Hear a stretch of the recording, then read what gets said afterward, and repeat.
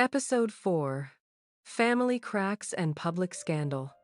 From the outside, nothing had changed. The Thompson house still looked like a picture from a real estate brochure. Clean lawn, stone walkway, fresh paint. At night, warm light glowed in the windows like a promise. On the inside, the air felt different.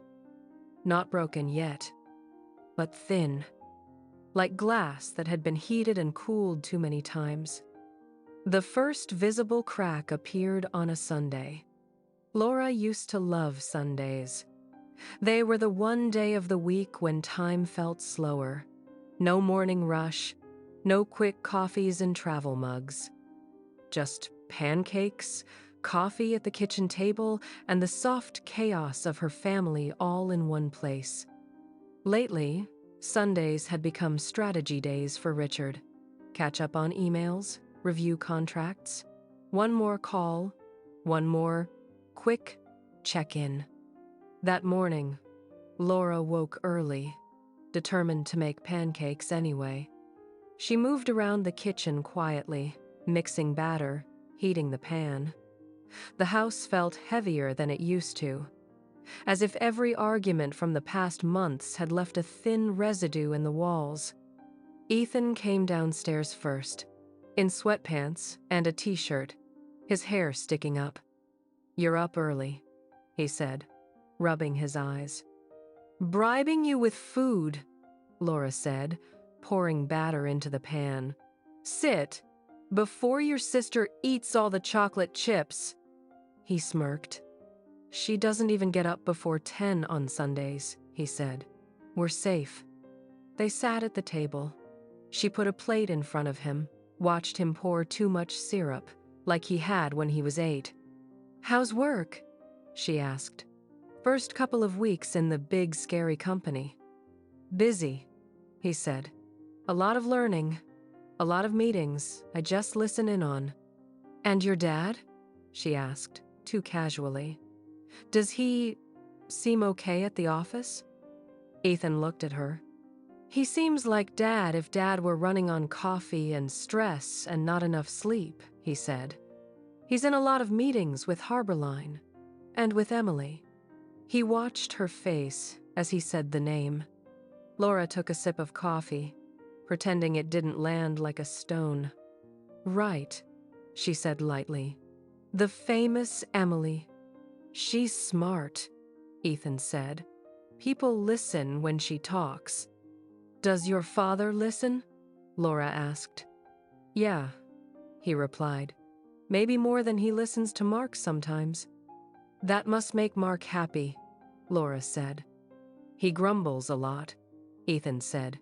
"But he also keeps asking her to run new scenarios when the numbers don't look right, so—" He trailed off. They ate in silence for a few minutes. Halfway through his second pancake, Ethan put his fork down. "Mom," he said, "can I ask you something?" "Of course," she said. "Are you and Dad okay?" he asked. There it was. Simple, direct. Laura stared at the maple syrup dripping from her son's fork. He still held it wrong, halfway up the handle, the way he had as a child. "We're under a lot of pressure," she said. "The company, this Harborline deal, it's been hard on him, on us." "That's not what I asked," Ethan said quietly. She looked at him. He met her eyes, and for a moment she saw not the little boy who had run around this kitchen in superhero pajamas, but a man who was starting to see his parents as people. "I don't know how to answer that," she said at last. "Some days, yes. Some days, I'm not sure." "Do you think he's—" Ethan hesitated, searching for the right word. "Doing something he shouldn't?" She almost laughed at how vague the question was. "Your father has been doing things he shouldn't for years," she said. "Breaking small rules, taking big risks. That's how he built the company." "You know that's not what I mean," Ethan said. Her throat tightened. "Yes," she said. "I know. He waited. Laura felt something inside her, something she had been holding alone shift. "Ethan," she said slowly, "sometimes in a marriage, you feel things before you can prove them. You sense distance, secrets. You see someone you love standing in a room you can't walk into anymore." "Is that a yes?" he asked. "It's an I don't have the facts," she replied. "And I don't want you to go looking for them. That's not your job. Whatever is happening between me and your father is on us, not on you. So I just pretend everything's fine?" he said. "No," she said. "You stay honest with yourself. You take care of your own life, and you remember that both of us love you. Whatever else happens." He nodded slowly, but there was a troubled crease between his eyebrows. They were still sitting there when Chloe shuffled into the kitchen, hair a mess, hoodie half-zipped. "Smells like sugar," she said. "I assume we're ignoring the fact that I'm supposed to be eating healthy?" "Sit," Laura said. "We'll lie to your track coach together." Chloe dropped into a chair, grabbed a pancake, and bit into it like she was furious at it. "Why are you up so early?" she asked Laura, talking around a mouthful.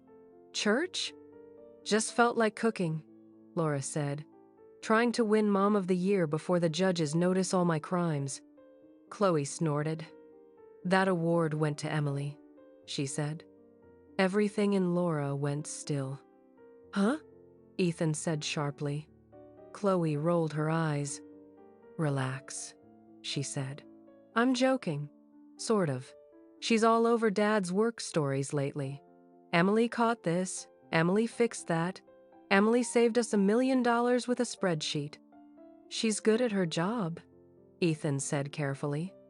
"Yeah, I'm sure that's all she's good at," Chloe muttered. "Chloe," Laura said. Her own voice surprised her. It was sharper than she intended. "What?" Chloe said.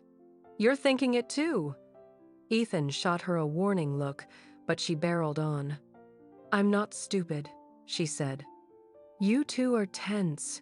Dad's gone a lot, and he's constantly with some younger woman he suddenly promotes and trusts with everything. I watch TV. I have eyes. This isn't a hard math problem." Laura pressed her fingers to her temple. "Chloe," she said again, softer. "It's not that simple." "Then what is it?" Chloe asked. "Because from where I'm sitting, it looks pretty simple. He's choosing them over us." Them. Harborline. Work. Emily. All rolled together. "You don't know that," Ethan said. "You don't know what he's choosing." "You're defending him?" Chloe demanded. "I'm saying we don't have all the information," he replied. "Be careful before you label something you can't see completely." Chloe laughed. A short, harsh sound. "Right," she said. "Because secrets are totally good for families. We should all respect the secrets." "Enough," Laura said. They both looked at her. Her voice had a note in it she rarely used. "I will not turn this kitchen into a courtroom where you put your father on trial with half the evidence," she said. "You're angry. I understand that. You're scared. I understand that too. But you don't get to reduce him to a headline in your head." "So what do we do?" Chloe asked. The anger in her face was cracked by something softer. Fear. Hurt. Just sit here and pretend? "We live our lives," Laura said. "We go to school. We go to work. We eat pancakes. We talk when we can. And we wait." "Wait for what?" Chloe said. "For the truth," Laura replied. "It has a way of showing up eventually, whether you want it to or not." The truth showed up sooner than she thought. Not the whole truth, just a piece. Small, sharp. On Wednesday, Laura went to Richard's office for the first time in months. He had forgotten a folder he needed for a meeting with a local council member, the kind of community relationship he still handled personally. He called her from the car, voice impatient. "Laura, can you do me a favor?" he said. "There's a blue folder on my desk. Westbrook Community Impact Reports. Can you bring it downtown? I've already left. I don't have time to turn back." She hesitated. "I thought you didn't want me mixed up in your work stress anymore," she said. "I don't," he replied. "I just really need that folder. Please." The please was enough. "Fine," she said. "Text me the parking code again." Traffic was light. The drive gave her too much time to think. She hadn't been to the office in almost a year. She used to go often in the early days, bringing lunches, helping with paperwork, sneaking in quick moments together between calls. Now, walking into the lobby, she felt like a visitor in a museum dedicated to a version of their life she barely recognized. "Mrs. Thompson," the receptionist said, surprised but warm. "Nice to see you again." "You too, Jenna," Laura said. "He left something. I'm just playing courier." She took the elevator up. The doors opened on the familiar floor, but the energy felt different, busier, louder, and quieter at the same time. People glanced up at her, then quickly away. She wasn't sure if she was imagining it. Richard's office door was half open. She stepped inside. The blue folder sat exactly where he'd said it would, near the edge of his desk. Papers spread around it in controlled chaos, contracts, printouts, handwritten notes. Laura reached for the folder.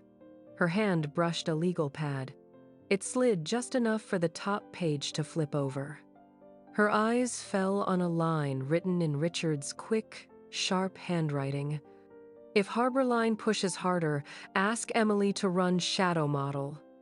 Next to it, in a neater, smaller script, Emily's someone had written, "We can't admit this one on paper." A circle around the sentence. A tiny arrow pointing to a clause number in a draft contract beneath it. Laura froze. Her heartbeat pulsed in her ears. She knew enough from years of helping with the early scraps of this company to understand the implication. There was something they were planning that couldn't be written down. Something that, if exposed, would look bad, maybe worse than bad. She picked up the draft contract, scanning the clause numbers. Words jumped out at her. Alternative fee structure. Third-party consultant. Off-balance sheet vehicle. They were phrases she recognized from news stories about deals gone wrong. She didn't understand all the mechanics, but she understood this. They were considering bending things far enough that they didn't want full records of it. For a moment, she forgot about Emily as the other woman. Instead, she saw her as something else.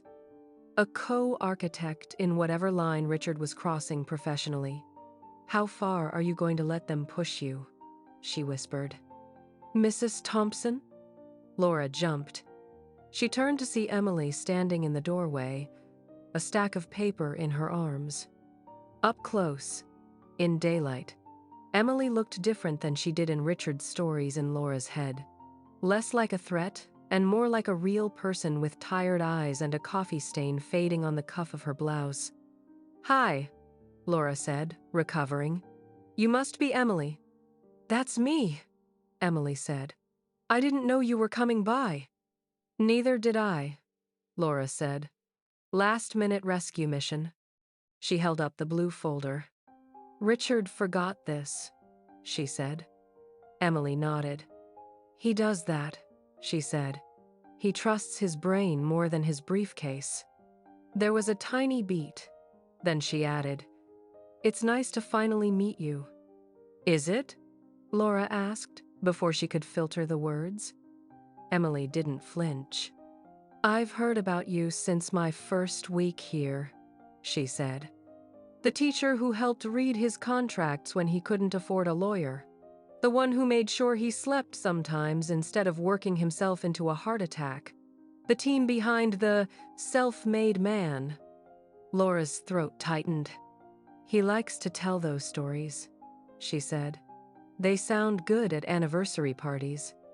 They sound true, Emily said. They studied each other for a second. Two women in the same room, both smart, both tired, standing on opposite sides of something invisible and huge. I should get this to him, Laura said, lifting the folder again. Thank you for taking care of him at work. The words tasted strange. Emily's face was unreadable. I try to take care of the company, she said. Everything else is complicated. Laura let out a short breath that might have been a laugh. You have no idea, she said. Then, surprising even herself, she added, Actually, you probably do. She moved past Emily and out into the hallway. Behind her, Emily stood still for a moment, eyes on the empty doorway. Then she turned back to the desk, to the contract, to the legal pad where two sets of handwriting shared a page. That night, Laura and Richard had their worst fight yet. It didn't start with contracts or Harbor Line or Emily. It started with pasta. Laura had made spaghetti simple, familiar, something they all liked. She set the pot on the table, called the kids down. Chloe came, earbuds in. Ethan came, phone in hand. Richard was late. The food cooled. Laura finally texted him, Dinner's on the table. Are you close? He replied 15 minutes later. Caught at the office. Start without me. She stared at the message. Your dad's working late, she told the kids. Again. He's always working late, Chloe said. Ethan watched her, sensing something brewing. When is he not going to be working late? Chloe continued. When we're all grown up and out of the house? When Mom's done waiting? Chloe, Ethan said. No, seriously, she said. Is this what success looks like? An empty chair at dinner and group texts instead of conversations? Laura held up a hand. Enough, she said. We're eating. They took their seats. Halfway through the meal, the front door opened. Richard stepped in, tie loosened, exhaustion in every line of his body. Hey, he said. Sorry, traffic was a mess. Harbor Line call ran long. Laura stood. You said you were at the office, she said. I was, he said, on a call, then in the car.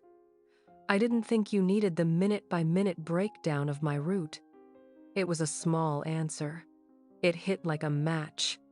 You never think I need the breakdown of anything, she said. You just assume Harbor Line covers all of it. That one word is some magic cloak that makes every absence, every lie, every distance okay. Lie, he repeated. What lie? You tell me, she said. Because today, when I was in your office, I saw some very interesting notes. His expression changed. You went through my notes? He said. I picked up the folder you forgot, she said. Your notes were sitting on top of it. They kind of screamed. Ethan and Chloe looked between them, frozen. I think we should step outside, Richard said, glancing at the kids. No, Chloe said. We're not 5. We live here too. If this is our life, we get to hear it. Chloe, go upstairs, Laura said. No, Chloe repeated.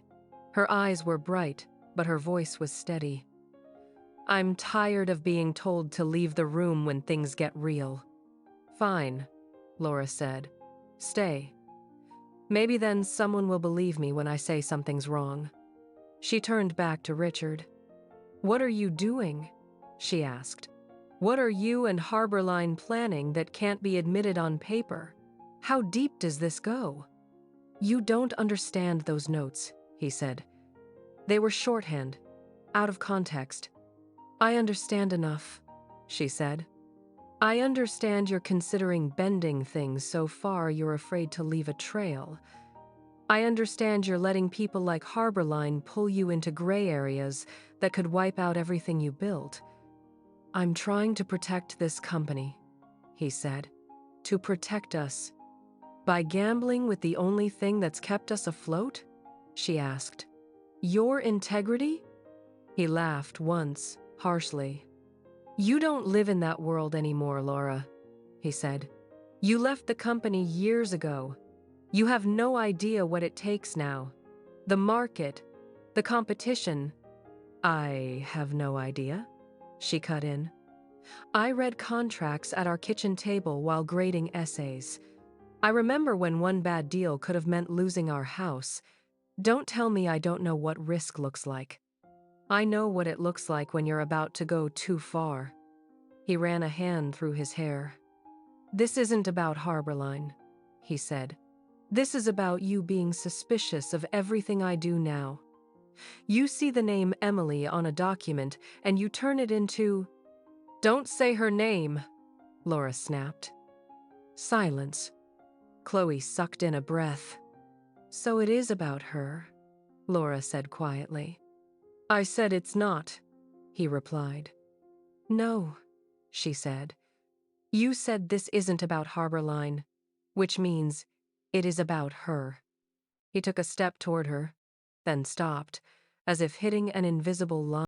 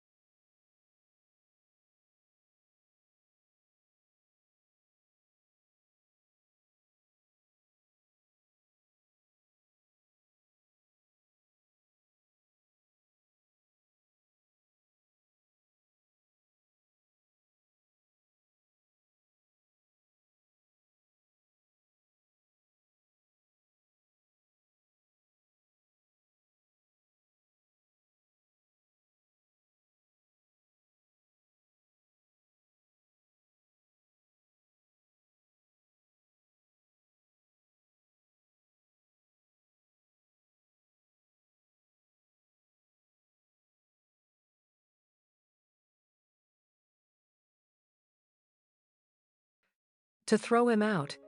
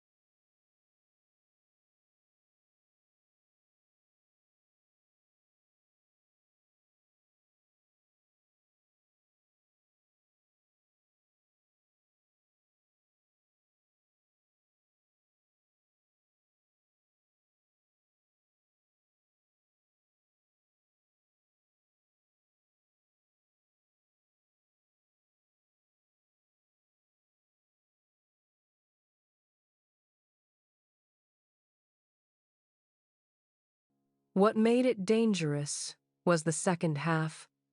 One source also points to possible conflicts of interest in Thompson's inner circle, involving a recently promoted Associate Director of Development, Emily Ward, 28, who has been unusually close to the CEO during the Harbor Line talks and multiple out-of-town trips. And then the line that changed everything. A photograph allegedly taken in a Denver hotel lobby appears to show Thompson and Ward arriving together late at night, looking much more than professional. The article didn't publish the photo. It only described it. That didn't matter. Once people knew a photo existed, they would go hunting for it. Richard didn't see the article first. An intern did. She found it while scrolling through her phone on the bus to work. She showed it to a friend. The friend sent it to a group chat. By the time Richard walked into the office at 8:30, half the building had seen it. He noticed the difference immediately. Conversations stopped a little too quickly when he passed. People looked up from their screens and then down again too fast. The air felt charged, like before a thunderstorm. He told himself he was imagining it. He wasn't. In his office, he set his briefcase down, opened his laptop, and began pulling up that day's agenda. His email pinged. A message from Mark. Subject line, "We have a problem." Before he could click, his office door opened. Mark stepped in, holding his phone. "Have you seen this?" he asked. Richard's stomach tightened. "What?" he said. Mark tossed the phone onto the desk. The article glowed up from the screen. Richard read it. Once. Twice. By the third time through, his hands were steady. He set the phone down gently. "Who leaked?" he asked. "That's your first question?" Mark said. "Not how bad is it or what's out there, but who snitched." "We'll deal with the damage," Richard said. "But I need to know which hole in the ship they crawled out of." Mark sat down without being asked. "Half the numbers in that piece are wrong," he said. "They don't understand the structure, but they understand just enough to make us look reckless. And the part about Emily," his mouth flattened. "That's a mess," he finished. "They don't have the photo," Richard said. "Yet," Mark replied. "Someone does. The article mentions it. That means it exists. And if it exists, it will surface. There's no such thing as a secret image anymore. Some intern at Harborline? Some lawyer? Some hotel employee? Somebody has it." Richard's jaw clenched. "It could be nothing," he said. "Two people in a lobby. Late at night, after a conference, with rumors already going around," Mark said. "Richard, be serious. People will see what they want to see. And right now, they want to see blood." Richard rubbed his forehead. "Has Harborline called?" he asked. "Not yet," Mark said. "But they will. They hate messy press.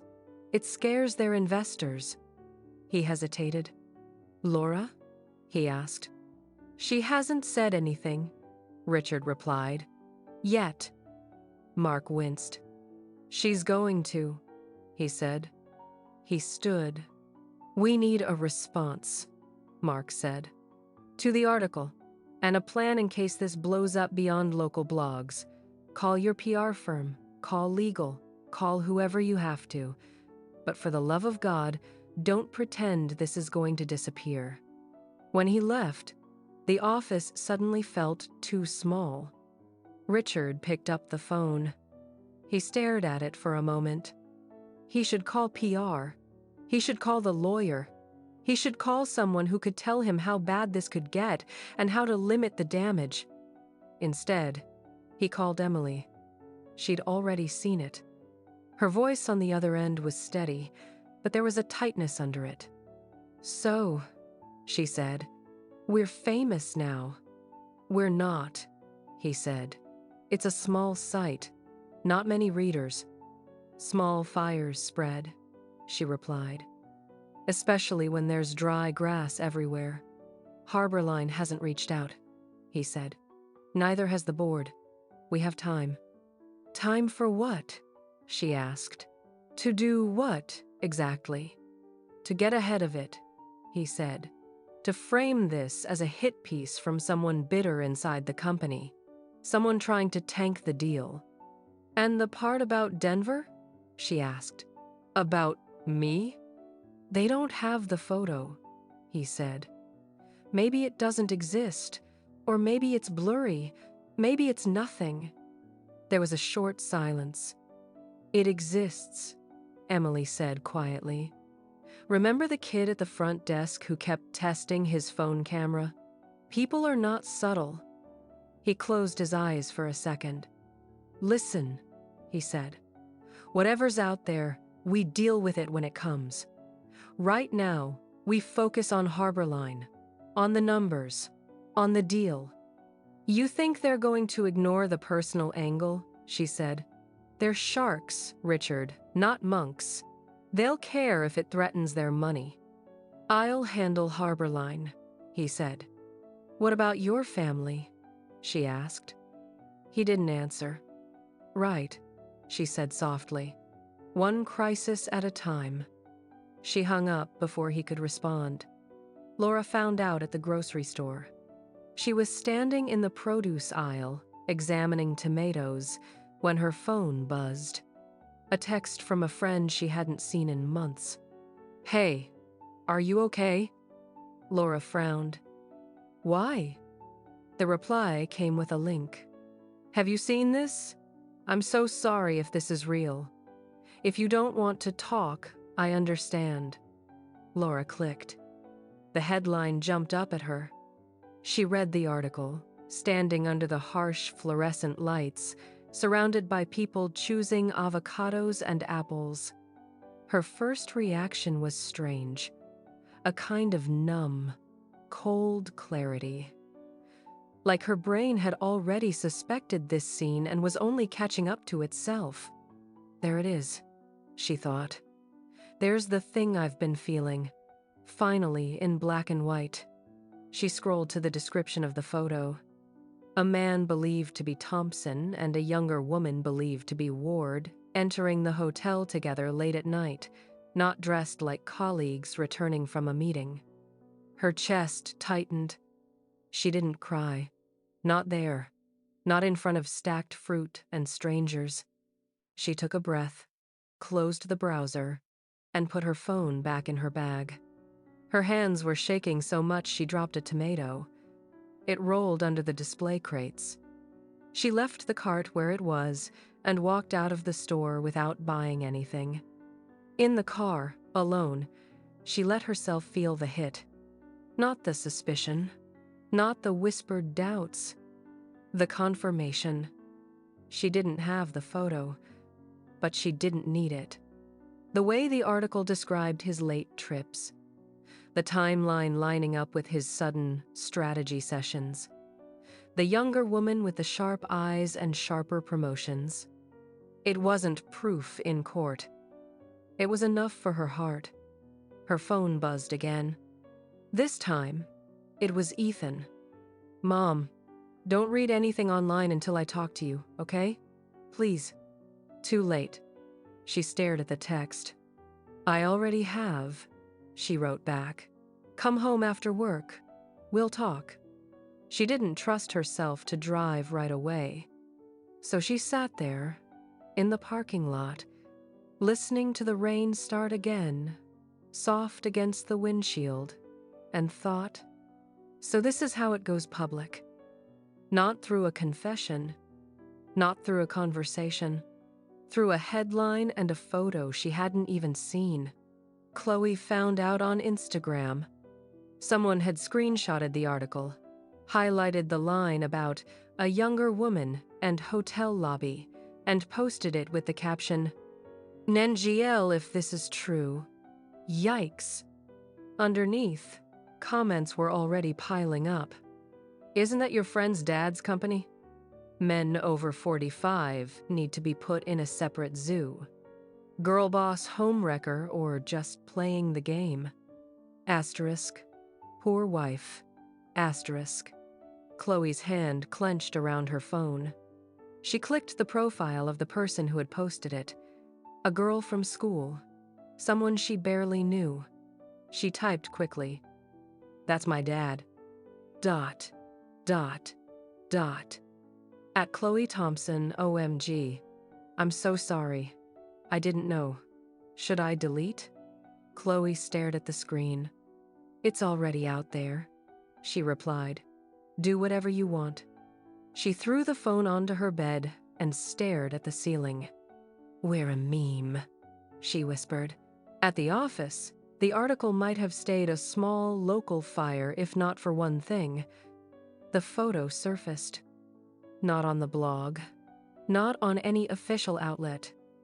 On Twitter, an account with a few hundred followers, mostly friends and coworkers, posted it with no caption at all. Just the image. It wasn't crystal clear. It wasn't a high-res scandal shot. But it was enough. A man who looked exactly like Richard Thompson and a woman who looked exactly like Emily Ward, walking into a Denver hotel around 11 p.m., side by side. He wasn't touching her. Their hands weren't linked. His jacket was draped over his arm. Her bag hung from her shoulder. But their bodies were turned slightly toward each other, like people in the middle of a conversation that had started a long time ago. Zoomed in, their faces were easy to recognize. The caption came later, in a reply from someone else. Strategy meeting, I guess. It didn't go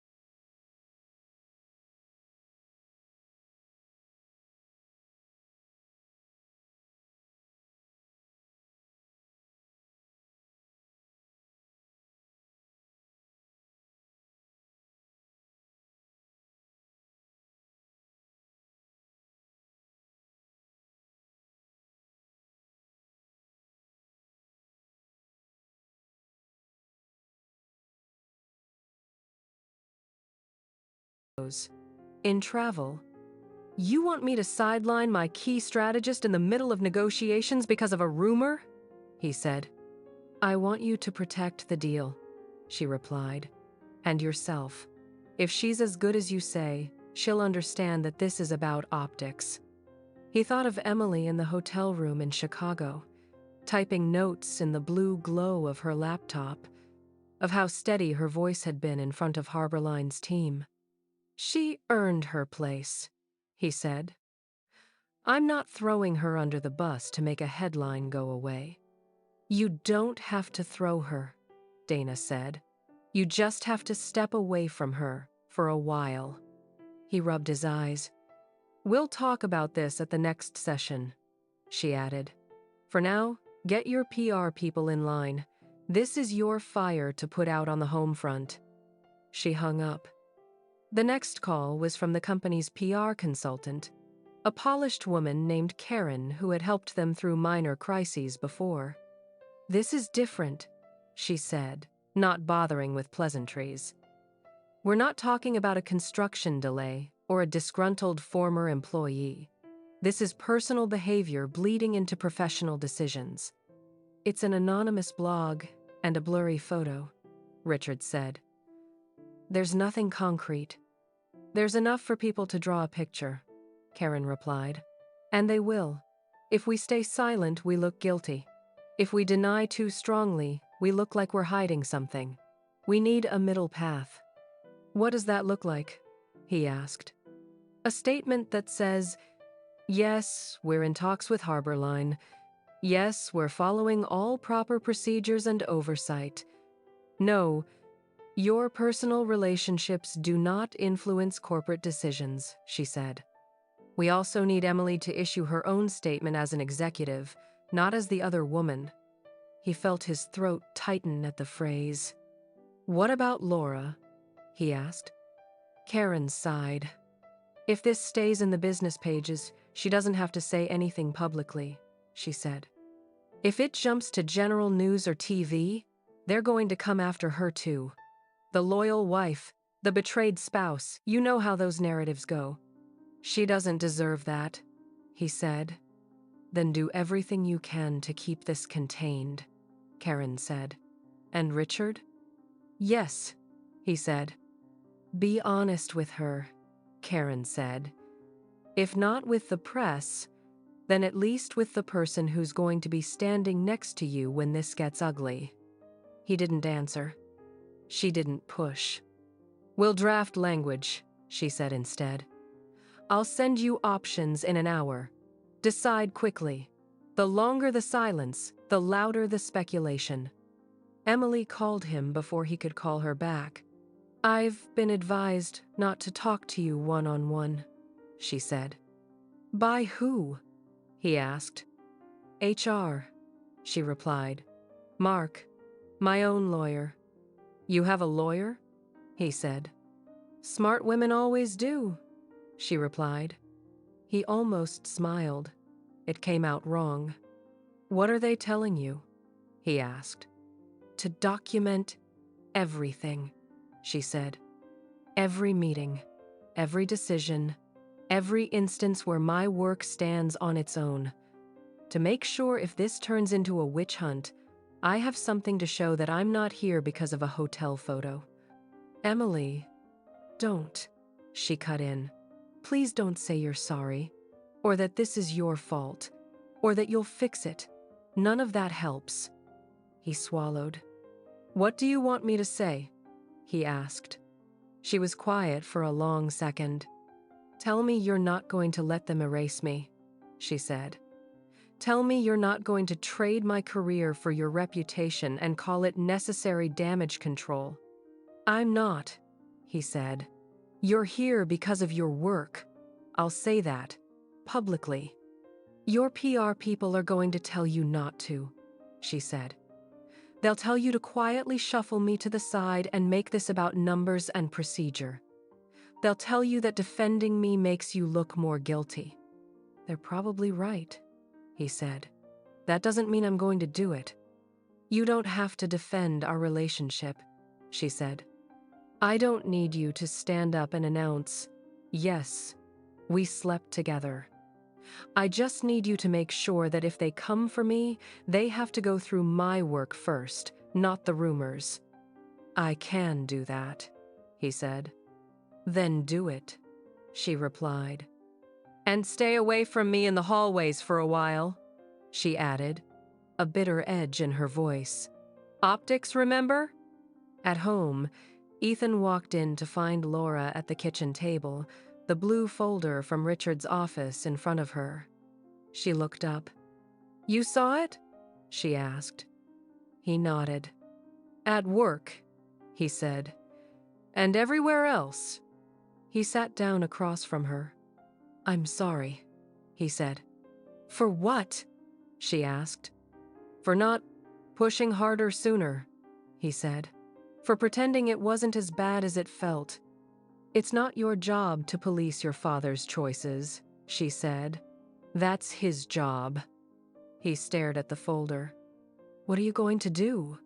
He asked. She let out a slow breath. I don't know yet, she said. Right now I'm trying not to make any decisions while all I can hear is the sound of my own heartbeat in my ears. Do you want me to confront him? Ethan asked. At work? At home? No, she said quickly. This is between him and me. I don't want you in the middle more than you already are.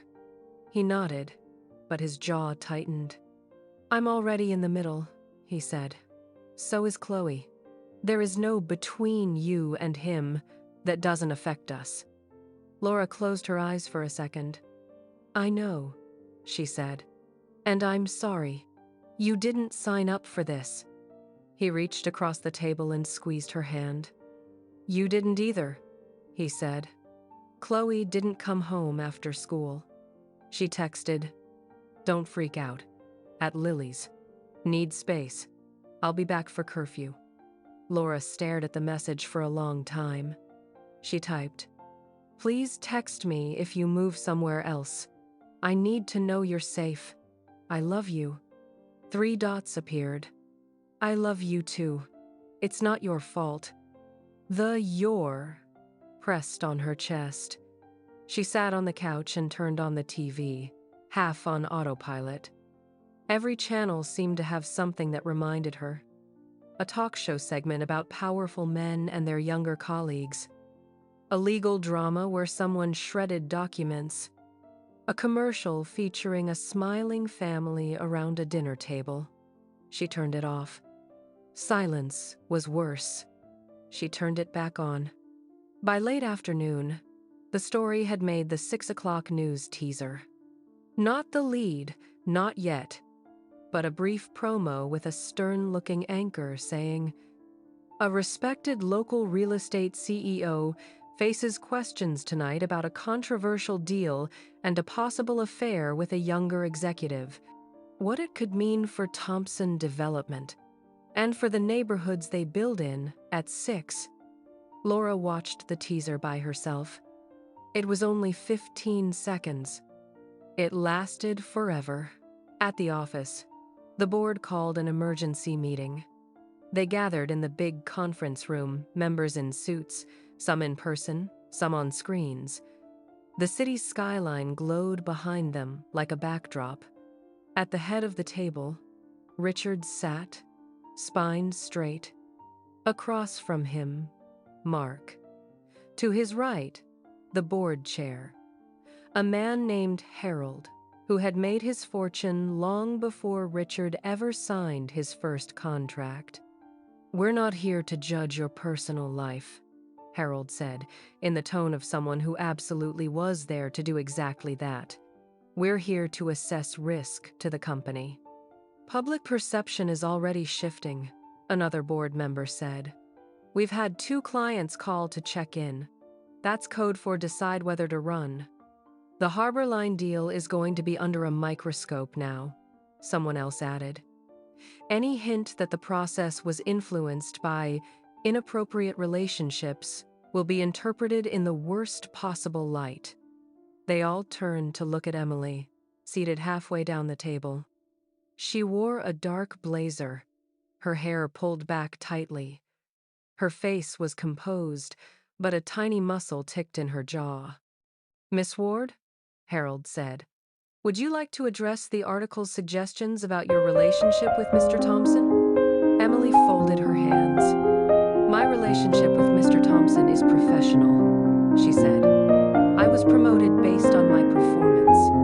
The work speaks for itself in the projects I've handled and the analyses I've produced. And the photo? Someone asked. A single image taken out of context in a public space, she said. 2 colleagues arriving at a hotel during a business trip. That's all. Richard watched her, torn between admiration and something uglier. Guilt, maybe, that she had to carry part of the lie he had built. You don't deny any romantic involvement? Another board member pressed. Emily's eyes flicked to Richard for the briefest second, then back. My personal life is my own, she said. But I will say this, no personal relationship, real or implied, has influenced my professional judgment or my recommendations about Harbor Line or any other deal. It was a careful answer. True in some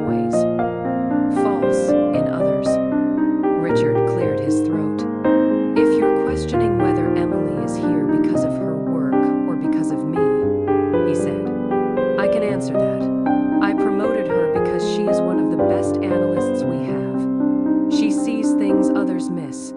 She has saved this company money. She has saved us from bad contracts. If you want to question my judgment in anything, question me, not her. The room went quiet. Harold leaned back in his chair. Nobody is suggesting Miss Ward is incompetent, he said. The concern is about your judgment, Richard, on multiple fronts. I haven't broken any laws, Richard said. Our internal controls are solid.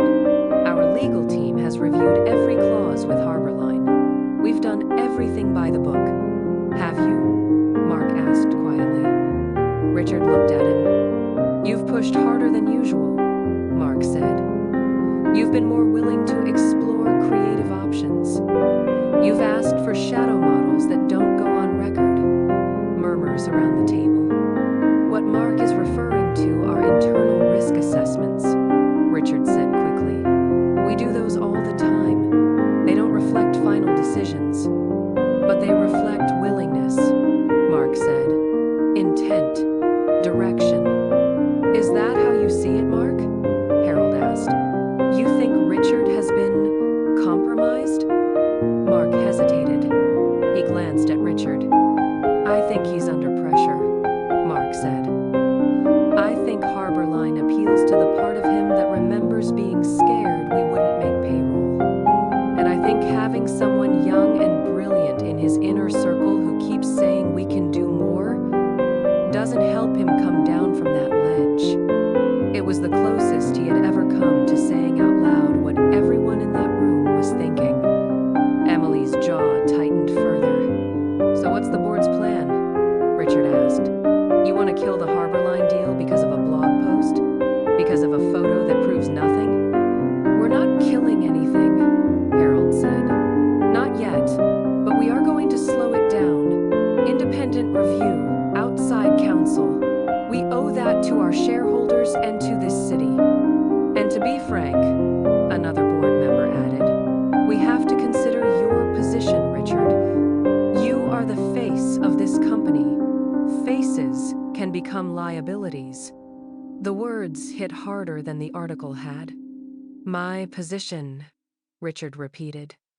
If this escalates, Harold said, if regulators get involved, if clients start dropping, we may have to separate your personal narrative from the company's story for its own survival.